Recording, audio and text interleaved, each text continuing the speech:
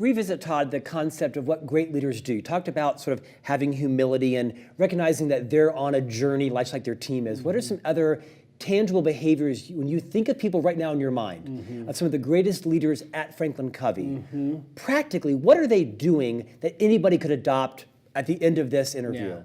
Well, not in this particular order, they listen. They really listen. So they start, yeah, good job. Like this, they start a meeting, and while they may have an agenda, they take time to understand where the other person's coming from.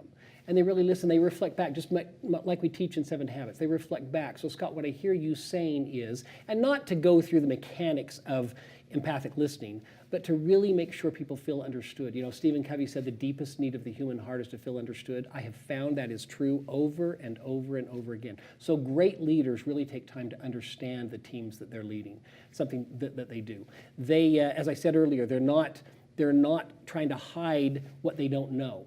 In fact, they frequently say, Scott, I'm not quite sure how to do this. What ideas do you have? What do you think we ought to do? That is something a great leader says. Other things that great leaders... Can I stop there? You bet. Because on that last one, I've had people tell me that frustrates them.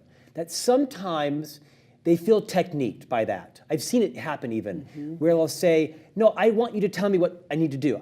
You're my boss, you're my leader. On this one, I don't really want to explore it anymore. I'm kind of bankrupt on ideas. I need you to help me fix it. There's a fine line between that being a technique versus... Well, no, I hear what you're saying, and you've got this continuum in here, and here you can micromanage everything. We're going to do it my way. Here's how you're going to do it. Pick up this, write that, don't write this.